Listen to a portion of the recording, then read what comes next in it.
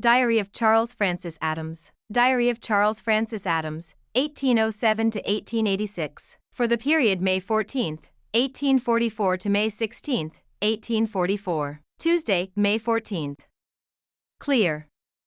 Steamer Amaranth. Visit to Quincy, ill. The day was fine, the boat an excellent one, and the company very much better than we have yet had. Among others, Captain Bell of the Army was very civil to us. The river does not vary much in its character from what we have seen as we ascend. We catch glimpses of open country, which is called prairie in this region. In other respects the scene is the same low banks covered with wood, with now and then a rise which is called a bluff. In the course of the morning we stopped at Quincy on the Illinois side, and for the sake of the name, we went up to see it. It is a very pretty place inhabited mainly by New England people. There is an open square in the center of the town, and from the top of the hotel, which is kept by a man who formerly kept the Bromfield House in Boston, we observed a very rich and beautiful prairie country.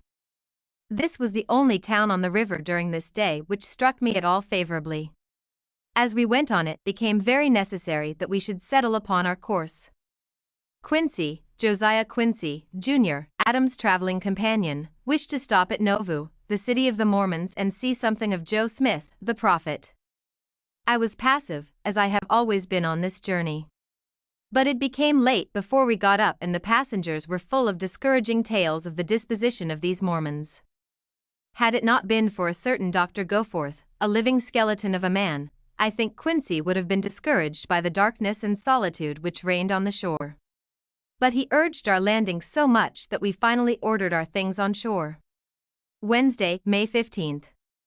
Joe Smith. Visit the temple. It was about 1 o'clock when we got into the very indifferent room which the labors of our tall and thin doctor had procured for us in a house on the bank of the river. For at so late an hour we determined not to attempt to disturb the great prophet himself, although he was the keeper of the tavern. We threw ourselves on the outside of the bed allotted to Quincy and myself and slept until 5 o'clock, when the daylight roused us. Shortly afterwards the carriage of the prophet, which had been sent for by the doctor and 2 other passengers who had stopped with us. There was also on the outside one of the leaders of the sect, who was called General White, Lyman White. The day was cloudy, and it soon after set in to rain, and rained in showers until night. At the door of a 2-story wooden house with a signpost before it, we stopped and were introduced to the celebrated Joe Smith. A middle-aged man with a shrewd but rather ordinary expression of countenance, unshaved and in clothes neither very choice nor neat. The whole air of the man was that of frank but not coarse vulgarity. He received us civilly and forthwith introduced us into his house, trying one room after another without success, as they all appeared to contain occupants. At last we were ushered into one where was a man in bed whom he very abruptly slapped on the shoulder and notified to quit. The awkwardness of this scene was relieved by a call to breakfast, which we all obeyed. The table was amply provided as usual in the western country, but without order or delicacy. Upon our return from the meal we were introduced into another chamber which had been prepared in the interval, and here we sat down and held a long conference with Prophet upon himself, his doctrines and his projects. He then took us down into his mother's chamber and showed us 4 Egyptian mummies stripped, and then undertook to explain the contents of a chart or manuscript which he said had been taken from the bosom of one of them. The cool impudence of this imposture amused me very much. This, said he, was written by the hand of Abraham and means so and so. If anyone denies it, let him prove the contrary. I say it. Of course, we were too polite to prove the negative one against a man fortified by revelation. His mother looked on with attention and aided in the explanation whenever the prophet hesitated, from which I inferred that she was usually made the exponent of the writing to strangers.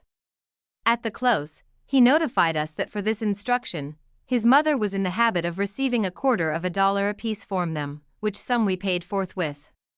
Then came another long conversation, in which a brother of his and some other persons joined, detailing the severe and shocking persecution which they suffered at the time of their cruel expulsion from Missouri 4 years ago. This is one of the most disgraceful chapters in the dark history of slavery in the United States, and shows that the spirit of intolerance, religious and political, can find a shelter even in the fairest professions of liberty. 2. We dined at 1, and after dinner, at our request, we went up in his carriage to see the stone temple and the font which the Prophet is causing to be built. It is a massive edifice on a most commanding site, about half finished. The architecture is original and curious. It is built by the contribution of 1/10 of labor and goods. The Prophet seems to have drawn his ideas largely from the Jewish system. One of the persons who accompanied us from the boat proved a traveling Methodist preacher, and he by his turn for dispute elicited much amusement to us. This on our return to the tavern took the shape of a species of address to a parcel of the sect who were hanging about the door, half jest, half earnest, which appears to be habitual with Joe. I was not so well able to judge of it as I had been called upstairs to meet a gentleman by the name of Johnson, who was in the employment of the government of the United States and had come here to catch a defaulter supposed to be a lawyer, told me that he had thought it wisest to apply at once to Joe himself, being convinced that without his aid he should not succeed in his object, so well had Joe fenced himself in here from the ordinary course of law, by concessions made to him by the dominant party in the state in consequence of the control he exercises over the elections. There is a mixture of shrewdness and extravagant self-conceit, of knowledge and ignorance, of wisdom and folly in this whole system of this man that I am somewhat at a loss to find definitions for it.